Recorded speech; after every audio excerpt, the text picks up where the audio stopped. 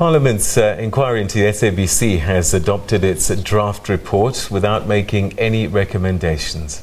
The recommendations have been put on hold in order to give affected individuals an opportunity to respond to the observations of the inquiry, but not all parties were happy. The DA objected strongly to the view of parliamentary legal advisors backed by the ANC that there were risks in including recommendations. Agreed. A 52-page report detailing maladministration, irregular conduct, and weak financial controls. On top of that, the report also identifies poor oversight by the boards over the years, the Communications Minister, as well as the Communications Portfolio Committee.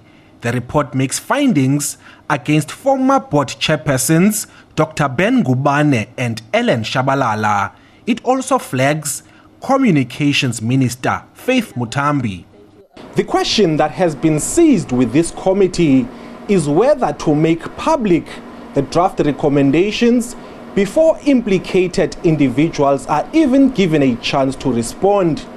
Legal advice given to the committee was that these recommendations must not be included in the draft report. If the preliminary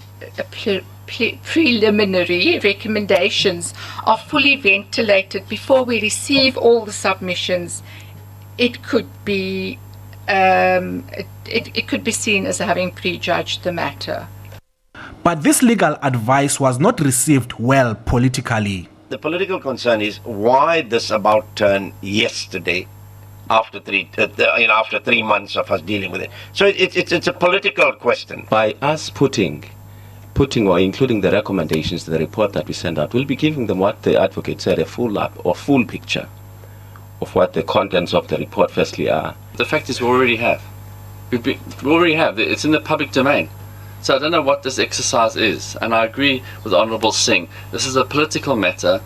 The members have obviously got instruction from LH, the Tuli House, to do certain things, and they're doing it. The recommendations are public. We know what they are.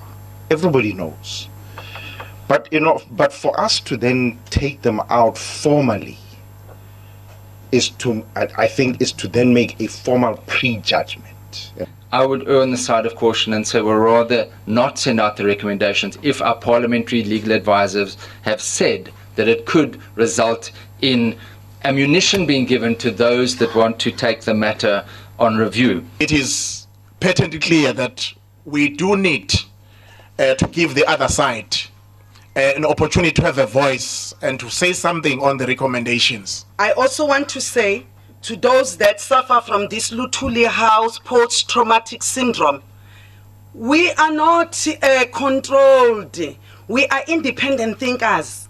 And there is no way we can make observations and then turn around and make different recommendations that are not speaking to the observations. Meanwhile, the committee will hand the report to Muthambi, Ngubane, Shabalala and to acting SABC CEO James Aguma for comment. Those who testified before the inquiry are also welcome to make comments. Their inputs are expected by the 16th of February. Ulelani Philip, SABC News, Parliament.